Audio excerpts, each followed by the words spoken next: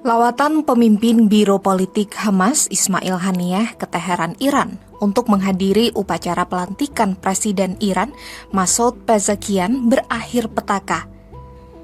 Rabu 31 Juli 2024 pukul 2 waktu setempat, Ismail Haniyeh tewas akibat ledakan di kamar tidurnya. Kematian pentolan Hamas ini tak pelak jadi perdebatan panas karena Haniyeh tewas di tempat yang seharusnya aman baginya. Terlebih, belum jelas bagaimana Ismail Haniyeh bisa tewas. Sejauh ini ada dua teori penyebab Haniyeh meninggal di Wisma Neshat yang merupakan area milik Garda Revolusi Iran atau IRGC. Apa saja itu? Sejak kali pertama kabar kematian Ismail Haniyeh muncul, media lokal Al-Mayadin mengabarkan adanya serangan udara. Akan tetapi teori itu dibantah oleh surat kabar asal Amerika Serikat The New York Times dan surat kabar Israel The Jerusalem Post pada Kamis 1 Agustus 2024. Teori ini menyebutkan bahwa Ismail Haniyeh tewas akibat bom yang telah diselundupkan dan ditanam jauh-jauh hari di tempat Haniyeh menginap di Teheran, Iran. Belum jelas soal spekulasi penyelundupan bom, IRGC memberikan penjelasan yang berbeda. Menurut hasil penyelidikan IRGC yang diungkap ke Al Jazeera, Ismail Haniyeh tewas akibat rudal yang ditembakkan pesawat, bukan karena bom yang ditanam. Selain itu, pejabat Hamas yang sedang di Teheran, Khalid Kaddoumi, juga menambahkan ada 7 kg bahan peledak di kepala rudal itu. Kaddoumi menilai teori Haniyeh tewas karena bom adalah hal yang tidak sesuai fakta. Saat kejadian, Kaddoumi berada di lokasi dan mendatangi langsung setelah ledakan terjadi. Menurutnya, narasi bom ditanam jauh-jauh hari adalah upaya meringankan tudingan ke Israel dan Amerika Serikat. Terlepas dari perdebatan dua teori di atas, ada satu masalah besar di Iran yang mengakibatkan Ismail Haniyeh bisa jadi sasaran dan tewas. Masalah itu ada di dalam Iran, tepatnya pengkhianat. Aroma pengkhianatan itu kemudian menguat setelah adanya laporan pihak Iran menangkap perwira dan staf militer yang jadi kaki tangan Badan Intelijen Israel untuk luar negeri, Mossad. Tudingan pun tak pelak langsung mengarah ke Ansar Al-Mahdi, salah satu unit IRGC yang bertugas melindungi pejabat tingginya. Unit Ansar Al-Mahdi inilah yang disebut berkhianat dengan menjadi kaki tangan Mossad, meskipun Iran sendiri telah membantahnya. Jika benar Ismail Haniyeh tewas akibat campur tangan agen-agen Ansar Al-Mahdi, ini merupakan pukulan telak bagi Iran karena salah satu unit pasukan yang seharusnya melindungi para pemimpin sekutu justru disusupi musuh. Kasus kematian Ismail Haniyeh tak berhenti begitu saja. Iran terus melakukan penyelidikan.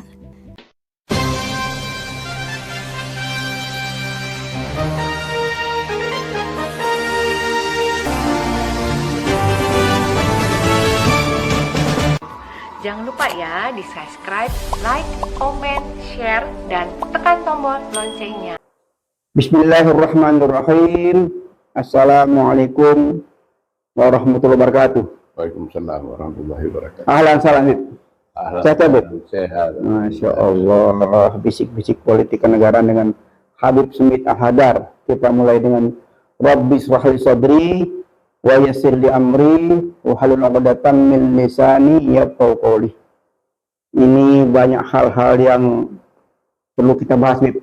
Terutama tentang kondisi terbunuhnya ya pemimpin Hamas yang begitu dicintai rakyat ya. Nah, kesedihan yang mendalam ya dalam suasana di Gaza itu yang porak-poranda ya, sampai tidak ada di hadapan hidup ya. Tapi Israel masih terus membagi buta ya. Bahkan menjadi incarannya itu tidak gentleman ya, bukan pengecut dalam kata-kata pengecut ya. Kenapa harus membunuh dengan cara yang brutal gitu ya, bukan cara berperang. Kalau yang betul-betul jantan ya hadapi dengan perperangan kan gitu ya. Gitu. Jadi ini yang mungkin bisa mengelaborasi lebih lengkap lagi tentang terbunuhnya Ismail Haniyeh ini. Iya, terbunuhnya Ismail Haniyah, Kepala Biro Politik Hamas, ini merupakan sesuatu yang mengejutkan. Mengejutkan karena pertama, Ismail Haniyah ini relatif dianggap moderat. Dari kalangan Hamas yang moderat dan bersedia untuk berunding bagi gencatan senjata permanen antara Israel dan Hamas. Dan ketika dia dibunuh di Teheran, Iran, itu perundingan tidak langsung antara Hamas dan Israel sedang berlangsung di Italia yang dimediasi oleh Amerika Serikat, Mesir, dan Qatar. Dengan sendirinya kita bisa menyimpulkan bahwa pemerintahan ekstrem kanan Israel itu memang ingin menorpedo proses perundingan itu. Dan sebetulnya perundingan itu kan yang dimotor oleh Menlu Amerika kan? Enggak, yang Amerika Serikat yang sodorkan itu proposal 3 tahap. Proposal 3 fase itu yang disodorkan Amerika Serikat tanggal 31 Mei. Dan ketika itu Amerika Serikat menyatakan bahwa proposal ini sudah disetujui, bahkan dibuat oleh Israel. Sehingga mestinya Hamas menerima proposal itu. Proposal itu dari 3 tahap, yaitu tahap pertama itu gencatan senjata selama 6 minggu. Di saat itu Hamas akan membebaskan sebagian dari sandera Yahudi yang masih ditahan, dan dengan imbalan Israel menarik militernya dari pemukiman-pemukiman padat pengungsi Palestina, untuk ditarik keluar dari pemukiman itu, lalu bantuan kemanusiaan dibuka selebar-lebarnya, dan Israel membebaskan tahanan Palestina yang dipenjarakan Israel di Israel itu. Pada tahap kedua itu mereka berunding untuk mencapai kesepakatan gencatan senjata permanen, di mana kalau itu dicapai maka Israel harus mundur dari seluruh Gaza, lalu Hamas membebaskan lagi sisa sandera Yahudi yang masih ada, total semuanya termasuk jenazah orang Yahudi yang dibawa ke Gaza itu. Dan kemudian Israel juga harus membebaskan tahanan Palestina yang ada di penjara-penjara Israel. Nah, ini dilihat oleh pemerintahan ekstrem kanan Israel sebagai sesuatu yang menguntungkan Hamas. Sementara tujuan perang dia di Gaza itu tidak tercapai. Tujuannya apa? Tujuannya itu mengalahkan Hamas secara mutlak. Nah, untuk mengalahkan Hamas secara mutlak itu tidak mudah. Itu yang disadari oleh hampir semua pakar militer dunia, bahwa Israel tidak mungkin bisa mengalahkan Hamas secara militer. Panjang kan, hampir 10 bulan ini kan. Pas kemarin itu tanggal 7, 10 bulan. 10 bulan persis, tapi tidak ada hasil yang konkret ya? Ya, tidak ada hasil yang konkret. Hamas masih melawan sampai sekarang ini. Bahkan dengan terbunuhnya Ismail Haniyah ini, gelora perlawan itu semakin menjadi kan, Beb? Iya. Jadi kembali dulu ke pembunuhan Haniyah. Jadi mengherankan itu, dan pesan yang ingin disampaikan oleh Israel adalah, saya menolak proposal 3 fase itu diajukan oleh Biden itu, dia tolak gitu. Dan yang kedua, dia berharap bagaimana caranya memindahkan fokus dunia terhadap Gaza berpindah kepada fokus Israel melawan Iran. Oh, Karena memang kurang ajar betul serangan Israel ke Ismail Haniyeh di Tehran itu siap negara manapun itu nggak bisa menerima. berarti dua kesalahan sekaligus yang dilakukan ya. Satu, pembunuhan elit politik ya, yang seharusnya dihadapi dengan perperangan. Yang kedua, di negara lain ya. Iya, negara lain dan di ibu kota lagi. Nah, Netanyahu berharap Iran akan sangat emosional dan membalas serangan pembunuhan ini, karena ini memalukan betul. Israel melanggar hukum internasional, melanggar piagam PBB, melanggar kedaulatan Iran, sehingga Iran nggak punya pilihan lain kecuali harus membalas. Tapi perhitungan Israel keliru. Keliru dalam arti bahwa ternyata Iran memperlihatkan kepada dunia bahwa dia adalah aktor yang rasional, aktor yang menggunakan otak dalam menjawab tantangan, bukan emosional seperti dikehendaki oleh Netanyahu. Sebab kalau Iran membalas secara membabi buta kepada Israel, maka Gaza dilupakan, lalu Amerika Serikat dan sekutu-sekutu di Eropa, Prancis, Jerman, Inggris itu akan berada di belakang Israel untuk mendukung pemerintahan Netanyahu ini. Itu Iran tahu betul itu. Oleh karena itu, harapan Israel ternyata tidak terwujud karena Iran menahan diri sampai hari ini. Iya. Kalkulasi politik Iran lebih matang daripada Israel ya. Iya, dia tahu betul. Iya. Nah, dan yang kedua, yang berikutnya masalahnya, ternyata kekeliruan lagi oleh Israel itu ternyata begitu Hamas mendeklarasikan pengganti Ismail Haniyeh adalah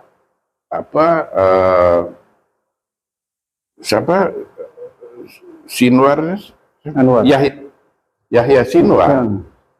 Nah, diharapkan nanti Amerika Serikat akan juga mendukung Israel dan akan menolak kepemimpinan Hamas. Ternyata mengejutkan juga, ternyata Amerika Serikat tidak mau masuk dalam perangkap Israel, tidak mau masuk di dalam skenario yang dibuat Israel.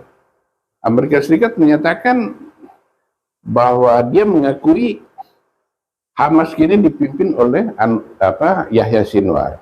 Tapi ini kan kejutan luar biasa ya, dalam hitungan hari ya.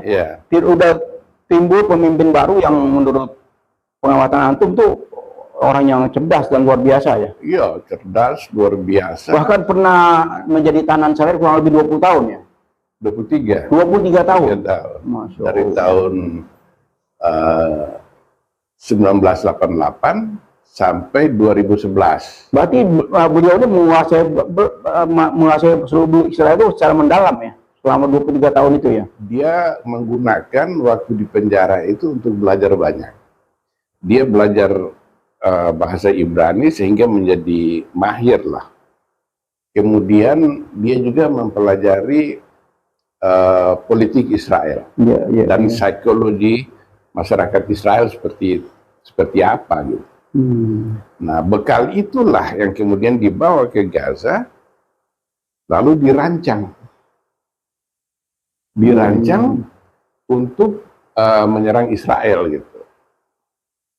Nah, karena dia paham betul psikologi Israel dan perpolitikan Israel, dia melakukan latihan yaitu 2 tahun di depan mata Mossad itu, dan intelijen Israel.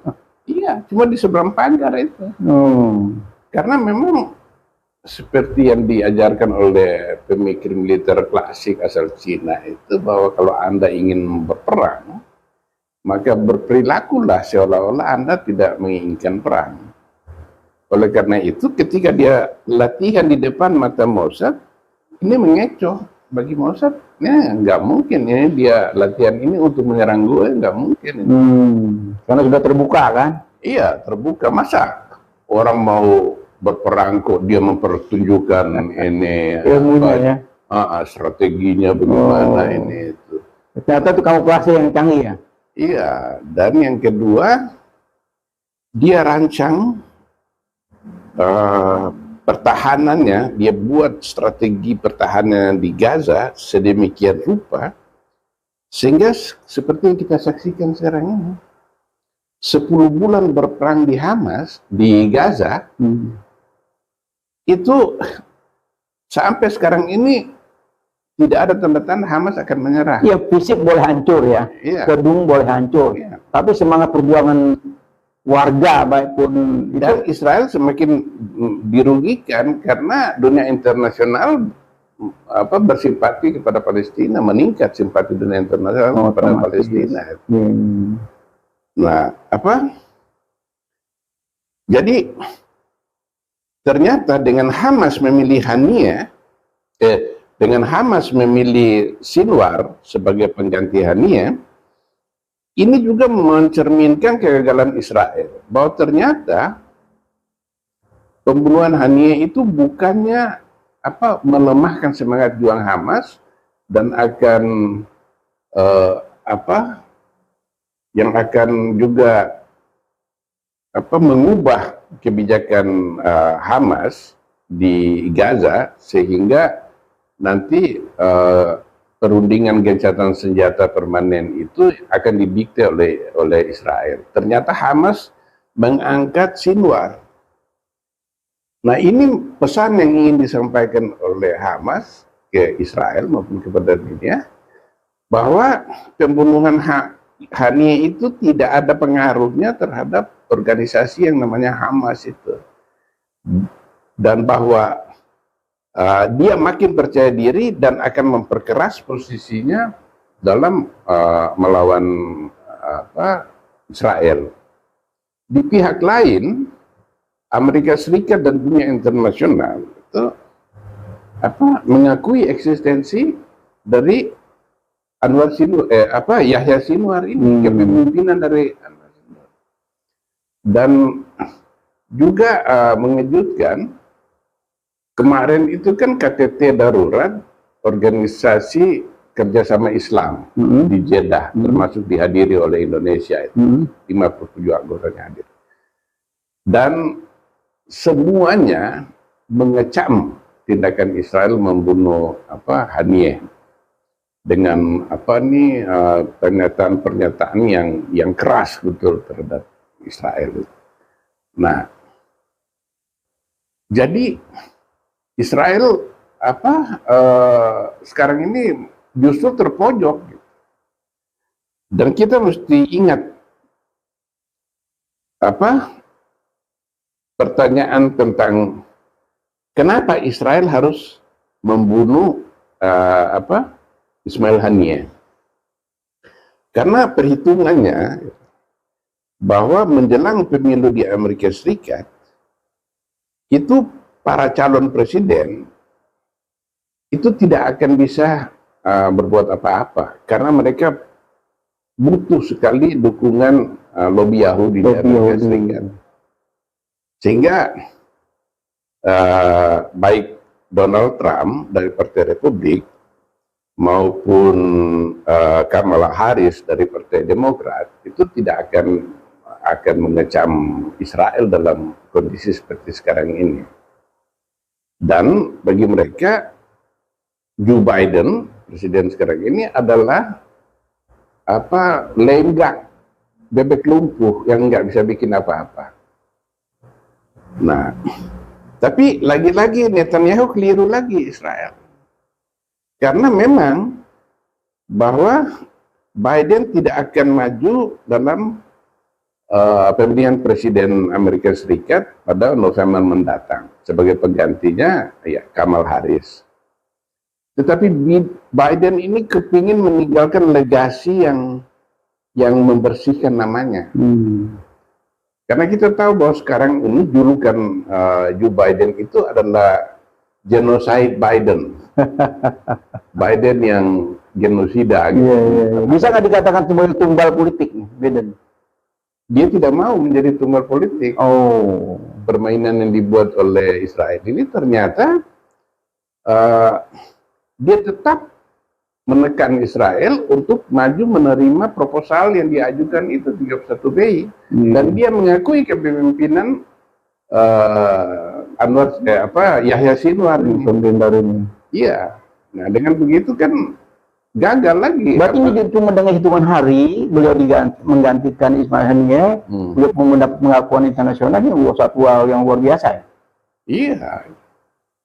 Dan malah lebih merepotkan Israel sekarang ini. Kendati Sinwar mendukung proses yang sedang berjalan, proses negosiasi yang didukung oleh dunia internasional, termasuk Amerika Serikat.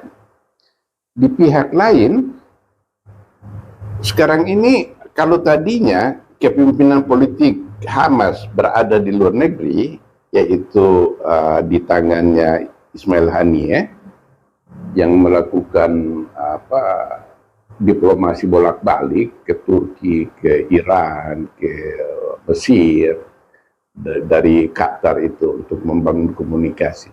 Sekarang ini begitu Haniyeh terbunuh, kekuasaan sekarang ini semua terpusat pada Sinwar. Sinwar, Yahya Sinwar.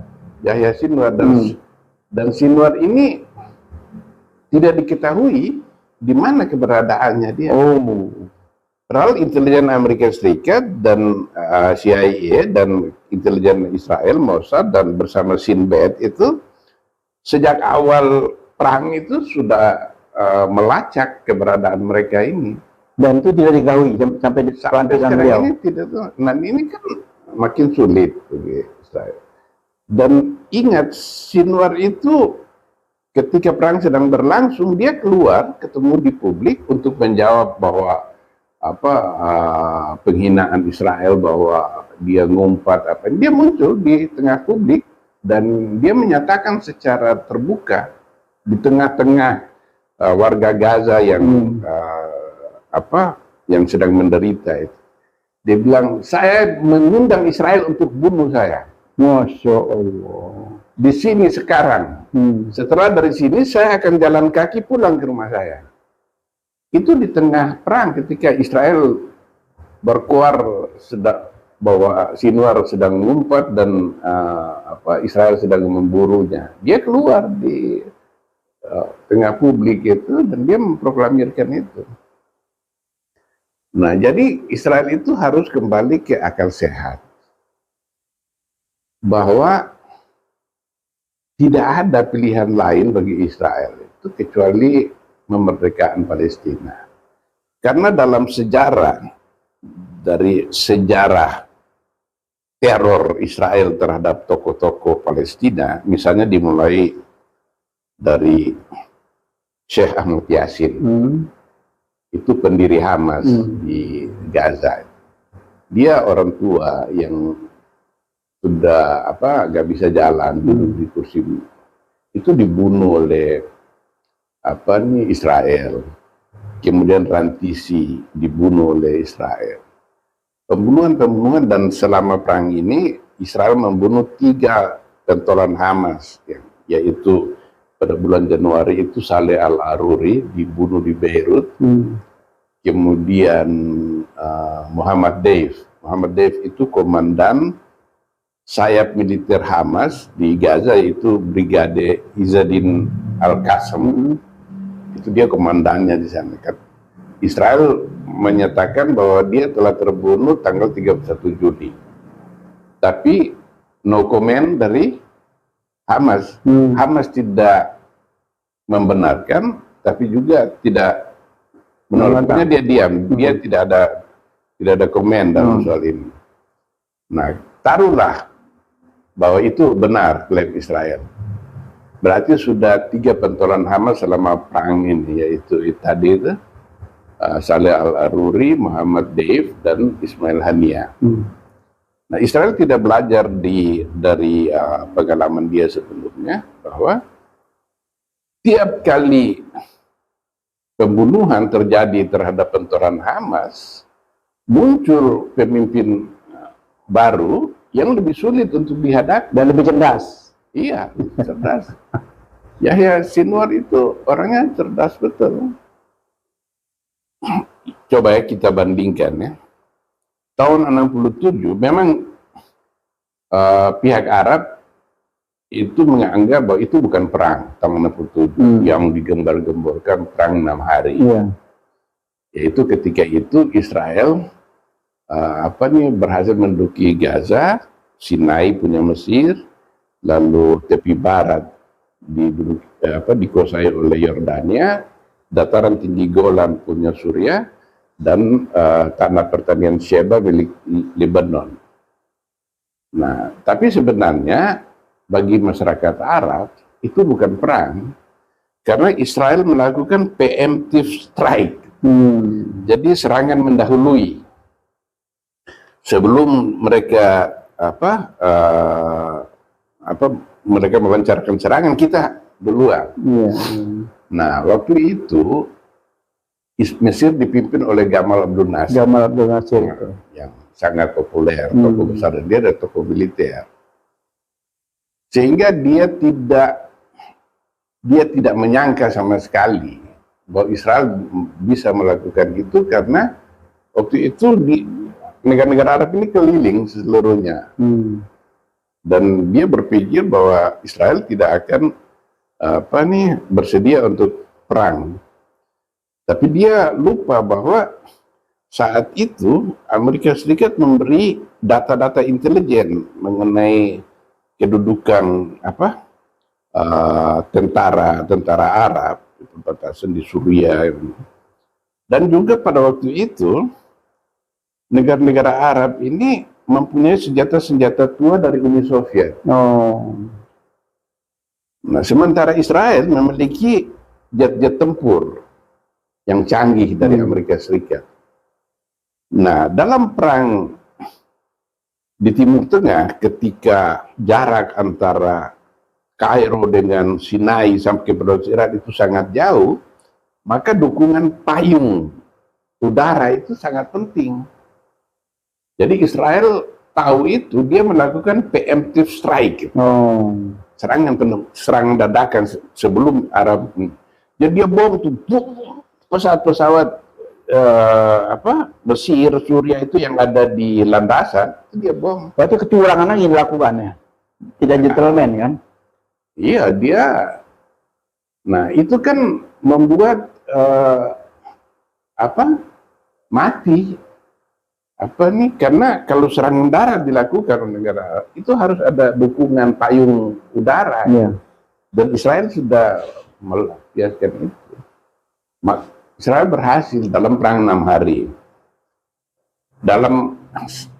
Orang Arab tidak menganggap itu sebagai perang, tapi itu adalah serangan dadakan Israel. Nah, lepas dari soal itu, sebelumnya juga Israel tahun 48 mulai perang Arab Israel. Kemudian tahun 56. Kemudian tahun 67. Kemudian terakhir itu perang 73. Nah, dalam perang-perang keroyokan Arab dengan Israel ini, itu Israel selalu menang. Baru kali ini, perang melawan Hamas dengan kekuatan militer dan personel yang sangat terbatas dan dikurung oleh Israel dari tahun 2008 itu di Gaza, tidak ada pertolongan dari negara asing. Itu Israel belum bisa mengalahkan Hamas. Dan otaknya dari itu semua adalah Yahya Sinwar. Kecerdasannya dia. Lepas dari ini, bukan berarti bahwa penderitaan rakyat Gaza, dehumanisasi, genosid, ethnic cleansing yang dilakukan Israel terhadap orang Palestina di Gaza itu luar biasa memprihatinkan, kejam betul. Dia menggunakan kelaparan sebagai strategi perang. Tapi lepas dari itu bukan berarti kita tidak membutuhkan, tapi bahwa serangan 7 Oktober Hamas ke Israel itu patut diapresiasi ya, meskipun kemudian dampaknya itu menimbulkan kehancuran di Gaza. Ya, tapi kalau kita lihat dukungan dari masyarakat Palestina begitu justru membesar dalam penderitaan dalam arti mereka. Korban manusia begitu banyak, tapi dukungan moral tuh semakin hari semakin luar biasa kan? Karena ini ada salah satu hal yang diabaikan oleh Israel itu, martabat manusia. Ya. Ketika seseorang sudah kehilangan semuanya, dia tidak akan mau kehilangan yang terakhir, yaitu martabatnya dia sebagai manusia. Harga diri ya. Harga diri. Seorang pengemis atau seorang gelandangan sekalipun, kalau kita lecehkan dia pasti berbalik. Iya. Itu yang terjadi di Gaza sekarang ini. Nothing to lose. Gue ini mau mempertahankan apa yang bisa gue pertahankan. Rumah-rumah sudah hancur, keluarga sudah pada mati, ini kata ini. Ya terakhir martabat kita itu yang harus dijaga. Kalaupun kita kalah, ya kita kalah secara terhormat. Iya, makanya kalau kita perhatikan dari selama 10 bulan ini dibombardir oleh Israel, kita belum pernah melihat keluhan dari warga yang anaknya meninggal, yang anaknya wafat, bahkan mereka semacam syahid gitu ya mereka. Perempuan-perempuannya diperkosa. Ini lagi viral sekarang ini. Perempuan-perempuan Palestina diperkosa, ditelanjangi, lalu dipegang alat vitalnya oleh tentara Israel. Tentara Yahudi yang laki-laki lagi ini. Jadi ini betul-betul ini ya sudah serupa dengan apa yang dilakukan Hitler terhadap orang Yahudi dalam Perang Dunia Kedua, sudah sama persis. Mirip-mirip ya. Kejam betul itu. Karena dia menjatuhkan collective punishment itu, hukuman kolektif. Dia tidak dia menganggap bahwa semua orang di Gaza, bayi sekalipun, itu bertanggung jawab terhadap serangan Hamas ke Israel tanggal 7 Oktober. Sehingga pembalasan layak untuk dihukum kepada siapapun, dari bayi yang baru lahir sampai orang yang sudah hampir mati karena uzur, itu Israel layak untuk bunuh mereka atau siksa sama mereka. Ini yang sangat sadis ya. Sadis betul. Nah, sekarang Israel dalam posisi yang kritis. Di pihak lain, dia mau melanjutkan perang. Bahwa Ismail Haniyeh itu harus dibunuh. Ismail Haniyeh. Yahya Sinwar. Nah, pertanyaannya itu, kalaupun Sinwar bisa dibunuh, itu kapan?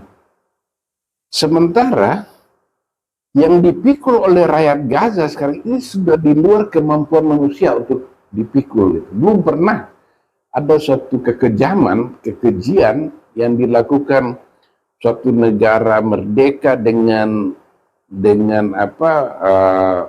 peralatan militer yang begitu canggihnya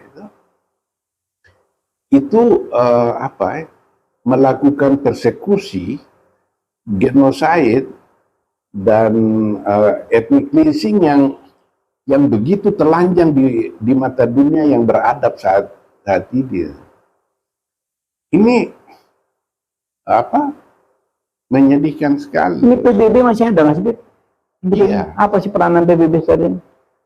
Nah, inilah hak veto itu dipunyai oleh 5 negara anggota tetap Dewan Keamanan PBB yang seharusnya sudah mesti direformasi, karena struktur PBB yang ada sekarang ini hasil buatan negara-negara yang menang perang dunia kedua. Nah, itu sudah 3 kali Dewan Keamanan PBB mengajukan resolusi, draft resolusi untuk di voting diterima oleh PBB yang meminta agar perang Gaza segera dihentikan. Tapi diveto oleh Amerika Serikat 3 kali. Diveto oleh Amerika Serikat. Nah, sekarang pun Israel, Amerika Serikat nggak bisa berbuat apa-apa. Karena Israel tahu itu tadi itu dinamika politik dalam negeri Amerika Serikat. Tahu persis ya. Nah, Kamala Harris nggak akan berbuat apa, kan dia cuma sebagai calon. Tapi Biden sebenarnya berkepentingan untuk meloloskan Harris menjadi pemenang. Nah, itu terjadi hanya kalau Biden ini meninggalkan legasi berupa berhentinya peperangan, sehingga nanti ketika Harris terpilih nanti dia tinggal mendorong untuk perundingan bagi pembentukan negara Palestina merdeka. Mungkin menjelang Pilpres di Amerika ini mungkin secepatnya Biden harus melakukan langkah-langkah yang cepat ya untuk sampai ke proses pemilihan. Iya, itu harus harus dilakukan. Cuman kita melihat bahwa sekarang ini kan misalnya Amerika Serikat mengirim aset-aset militernya ke Timur Tengah, kan, penambahan pesawat, penambahan kapal induk, tentara, semuanya dia kirimkan. Memang Biden menyatakan bahwa Amerika Serikat akan berperan pasif. Artinya dia tidak akan ikut menyerang Iran, lalu Iran menyerang Israel. Tapi dia menyetujui pembalasan Iran pada Israel. Karena itu memang hak bela diri. Tetapi dia minta supaya serangan Iran itu bersifat terbatas dan terbatas dan terukur, sehingga tidak menciptakan alasan bagi Israel untuk kembali membalas Iran. Nah, pengiriman tentara aset militer ke Timur Tengah dan Amerika Serikat itu dia akan membantu menembak jatuh rudal-rudal yang ditembakkan Iran ke Israel gitu. Nah, di samping itu dia berjaga-jaga kalau proksi-proksi Iran di Timur Tengah yang berada di Yaman, Houthi di Yaman, kemudian di Irak, di Suriah, di Lebanon, dan Hamas di Palestina, kalau proksi-proksi Iran kemudian melancarkan serangan terhadap aset-aset militer di Timur Tengah, khususnya di Teluk, kan kita tahu bahwa hampir seluruh negara mulai dari Oman sampai ke Irak sepanjang Teluk Persia itu semuanya ada pangkalan militer Amerika Serikat di situ. Sepanjang itu ya, sepanjang pantai itu ya. Iya. Nah, jadi kalau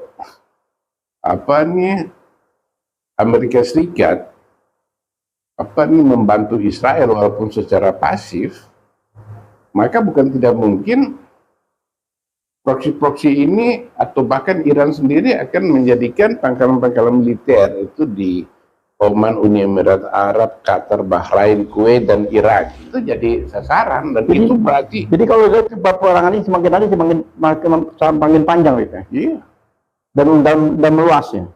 Meluas, dan itu semua kita harus kita harus memikulkan kepada Amerika Serikat, karena tanpa dukungan yang disebut Biden sebagai ironclad, itu dukungan yang sangat kokoh, nggak bisa berubah.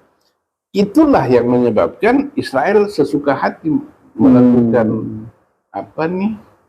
penghancuran terhadap peradaban Palestina untuk menghilangkan bangsa Palestina itu. Karena kalau tanpa dukungan Amerika Serikat, tidak mungkin Israel bisa melakukannya. Karena persenjataan uang dan proteksi politik itu semua dilakukan oleh Amerika Serikat, sehingga biarpun seluruh dunia menghendaki perang berakhir, tapi kalau Amerika Serikat tetap mendukung Israel, maka para bajingan di Tel Aviv sana yang memerintah itu akan melakukan apa saja yang bisa dia lakukan. Nah, kalau Biden kepingin meninggalkan legasi, ini saatnya. Tidak bisa cuma retorika, minta supaya Israel gini. Tekan dia dan serius, karena Biden kan sudah tidak berharap apa-apa. Masih ada kemungkinan untuk itu? Apa? Masih ada kemungkinan untuk yang aku bilang tadi. Biden tuh menekan Israel supaya segera mengakhiri peperangan ini.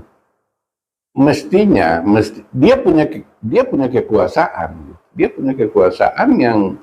yang bisa dia pakai gitu. Nah, tapi ini akan melemahkan posisi Kamala Harris. Oh, jadi kembali ke ranah politik ya? Iya, lebih ke politik ya? Dinamika politik dalam negeri Amerika Serikat itu jadi kendalanya. Jadi kendalanya. Nah, jadi dia serba salah. Kalau dia tetap dalam koridor mendukung Israel tanpa berubah, ini juga menyulitkan Kamala Harris. Karena persaingan Harris dan Trump ini ketat betul. Dan yang akan menentukan kemenangan yaitu orang-orang kulit hitam, orang-orang Arab orang Amerika keturunan Arab, dan kaum milenial. Itu pendukung Demokrat. Tapi mereka sudah menyatakan sebagaimana hasil jejak pendapat dari Amerika Serikat itu menyatakan bahwa kalau Biden tidak merubah kebijakan politiknya dalam perang Gaza, maka mereka tidak akan memilih dia, tidak memilih Harris. Oh, jadi kuncinya sebetulnya keberhasilan Biden ini atau keberhasilan Kamala Harris ini ada pada perdamaian Israel, perdamaian di Gaza ini. Iya, tapi bagaimana caranya?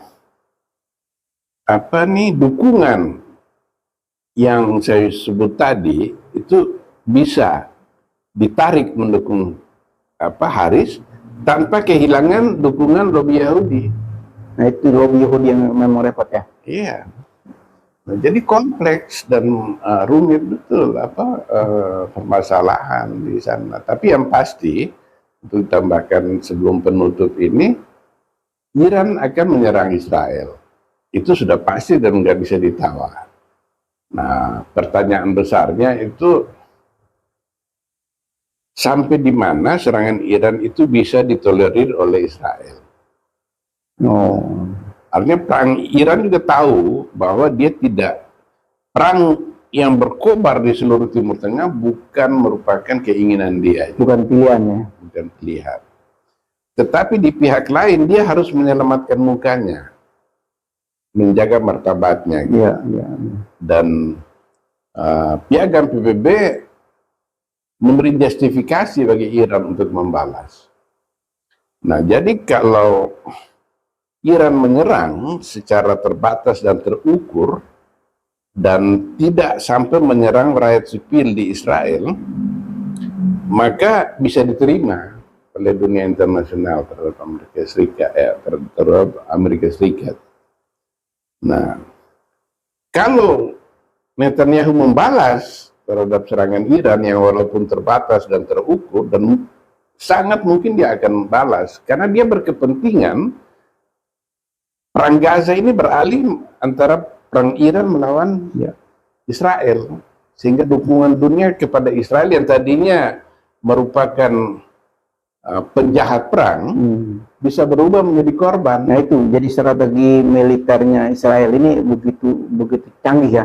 Iya. Dan jahat ya. Karena dia menghalalkan segala cara, dia melepaskan kutukan dunia yang begitu dahsyat, tapi diabaikan itu semua kan.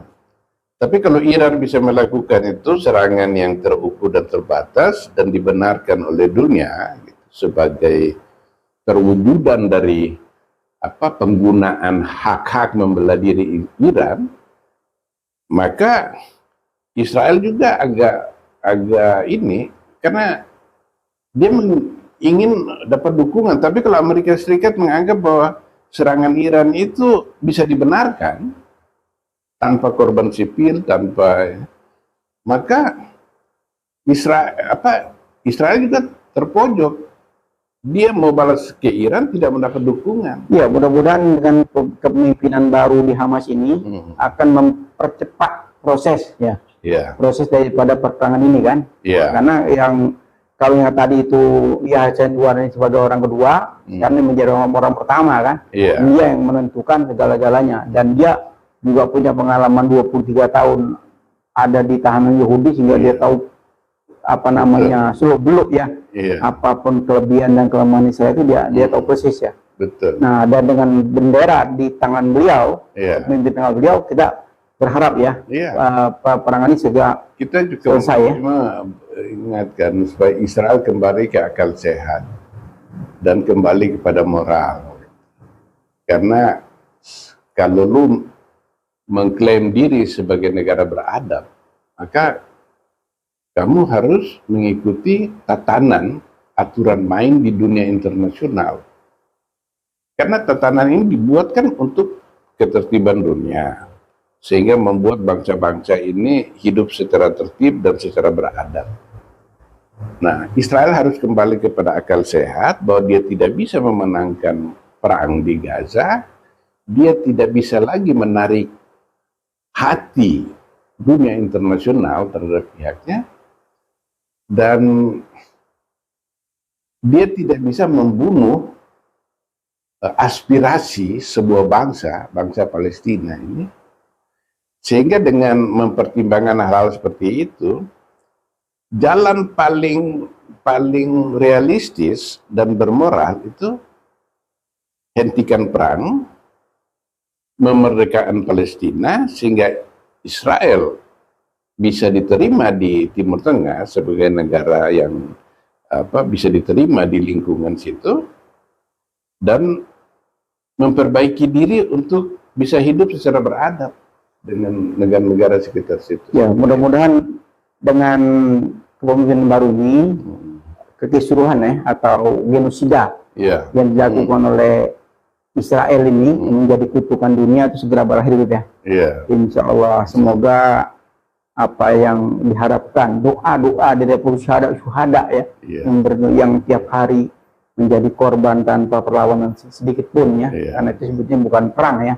Tidak dikatakan perang, namanya perang itu kan berhadapan-hadapan. Kalau ini kan pembunuhan, genosida yang dibentengi oleh Amerika ya. Mungkin lebih pas kalau antum mendesak pada orang yang bermoral itu Amerika itu sendiri, bukan Yahudi ya, bukan Israel. Karena apapun yang dilakukan oleh Israel itu tanpa dukungan dari Amerika tidak akan.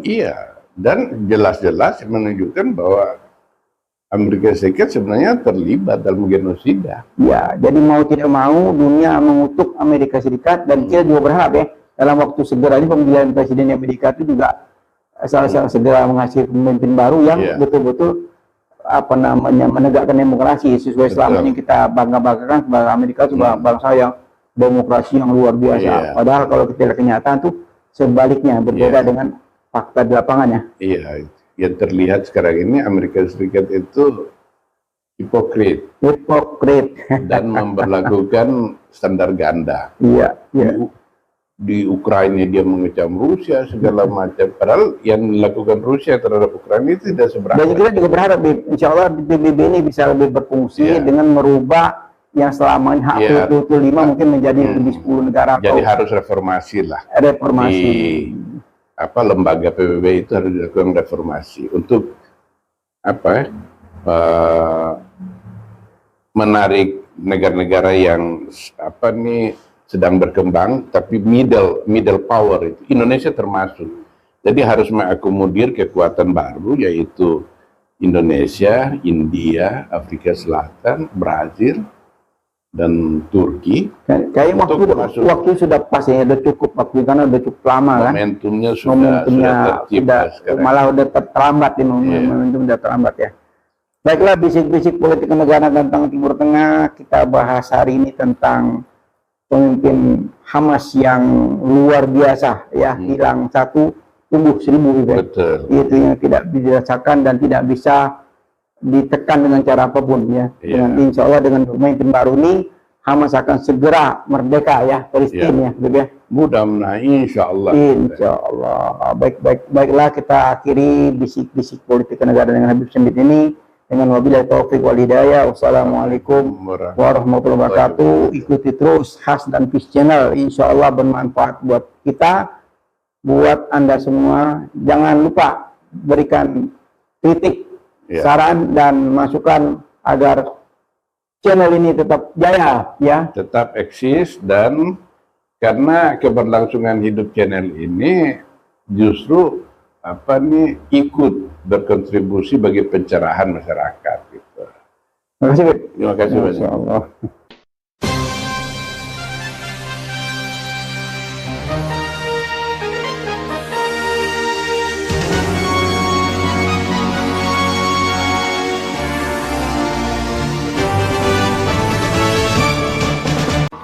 Jangan lupa ya di subscribe, like, comment, share, dan tekan tombol loncengnya.